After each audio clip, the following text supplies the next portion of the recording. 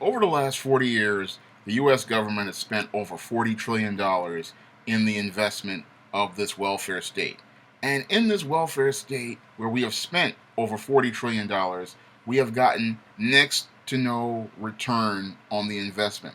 And instead of families coming out of poverty, all we've gotten is one generation of single mothers after the next. When I look at this welfare state and I look at how dysfunctional it is, it tells me clearly that this investment we have placed in women and children is a complete failure. And it's time to take a new course of action. The way I look at it now, as a guy who has grown up on welfare and food stamps and Section 8, we need a course of action that invests in men. When I look at the state and condition of men, in order to have a strong economy, you need to have a strong investment in men.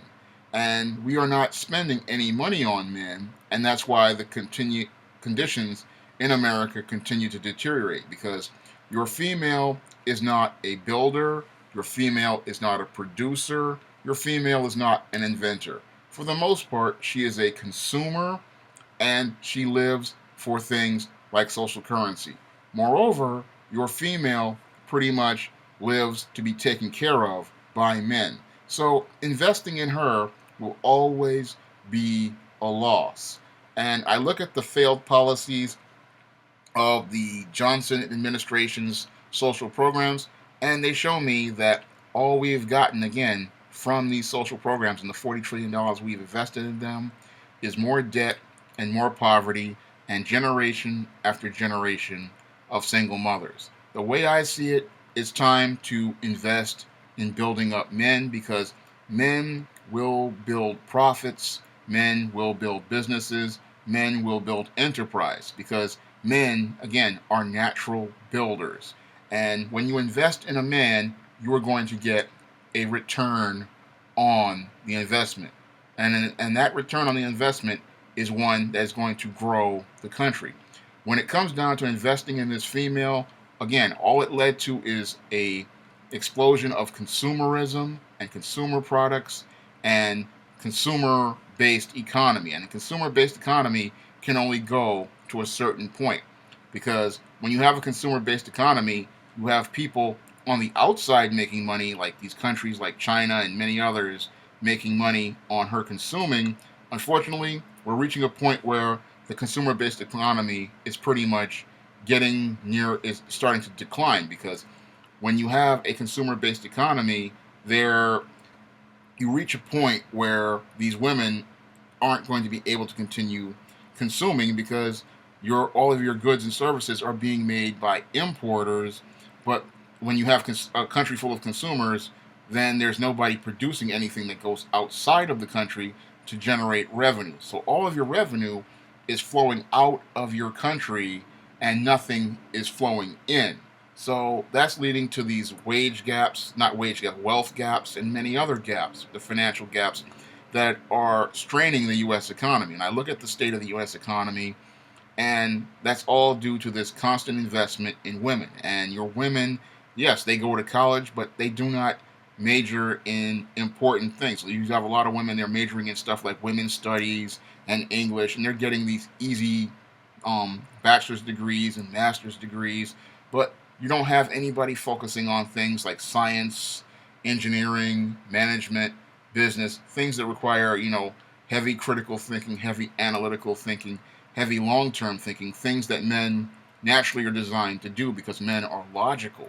So when you make that investment in men, it's going to pay off in the long term with a stronger economy. And how do we invest in men? Well, we don't really do it with social programs. You have to create, a way for men to be able to function in the American economy. And this is one of the things that a lot of people don't want to do. They don't want to invest in men. They want to invest in women because they're getting these short-term profits, because that's making fast money. But an investment in men, in education, where we focus on education, and in culture, would really help America grow overall. Because I look at older programs on shows like The Decades and Antenna, where they show, men being the primary focus, And things worked a little better in some of those situations because when it comes down to men, men work together towards teaching another man because that's how men learn skills and that's how men learn a craft. Because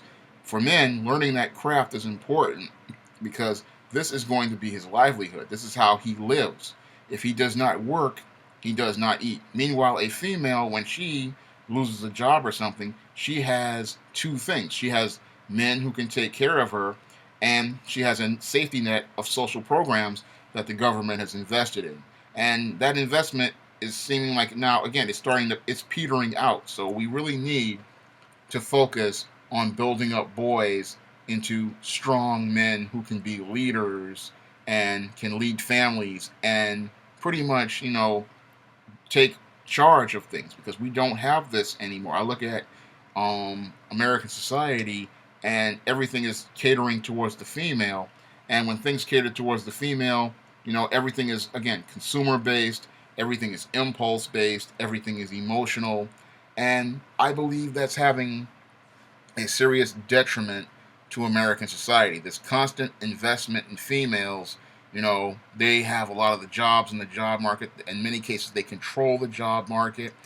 They can get a job faster than a man because they meet 2 or 3 standards of affirmative action. But when they get on the job, they pretty much don't do much of anything because they're not really good at long-term thinking because women are naturally emotional and they're natural short-term thinkers, not very good organizers, and in many cases they're poor communicators. So having them in the workplace, yeah, they're there, but they're not functioning as effectively as men would. And when you have a workplace that is not filled with men, then you're not focusing on things like long-term planning, long-term organizing, setting a course for something that will set a direction for a company for the next 10 or 15 years. And everybody's focused on short term because I look at many of these businesses and companies these days, and it's heavy short term thinking and not long term thinking. This is why I say we need to invest in men because the 40 trillion that we've spent on this welfare state and towards things like your welfare state and this affirmative action, which was supposed to help black men but then help white women, have led to the long-term decline of your American economy. And this plan for investing in men, as I would see it, would pay off. It would take a long time to pay off, but eventually it would lead to a better direction for the country overall. That's all I have to say for this video. You can comment, rate, and subscribe.